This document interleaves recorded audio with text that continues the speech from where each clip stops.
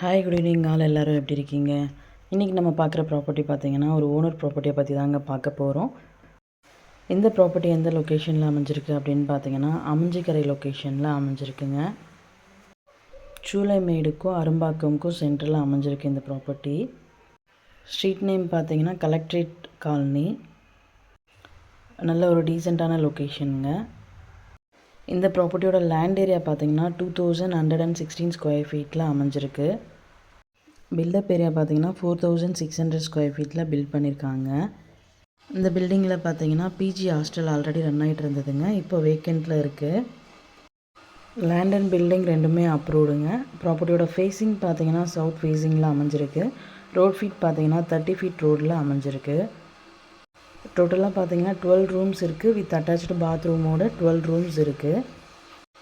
Only land cost மட்டும்தாங்க mention பண்ணியிருக்காங்க. Building cost வந்து மென்ஷன் பண்ணல.